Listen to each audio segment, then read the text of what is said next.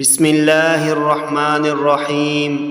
اسلام غالب دین ہے۔ عن المقداد بن الاسود رضی اللہ عنہ قال سمعت رسول اللہ صلی اللہ علیہ وسلم يقول لا يبقى على ظهر الأرض بيت مدر ولا وبر إلا أدخله الله كلمة الإسلام بعز عزيز أو ذل ذليل إما يعزهم الله عز وجل فيجعلهم من أهلها أو يذلهم فيدينون لها۔ رواہ احمد۔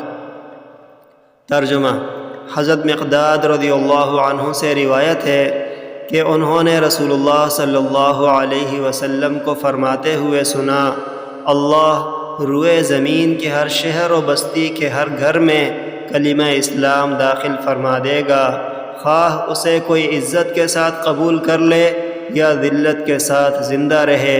وہ لوگ جنہیں اللہ عزت عطا فرمائے گا تو وہ ان کو اس کا اہل یعنی محافظ بنا دے گا، یا ان کو ذلیل کر دے گا تو وہ اس کی اطاعت اختیار کر لیں گے۔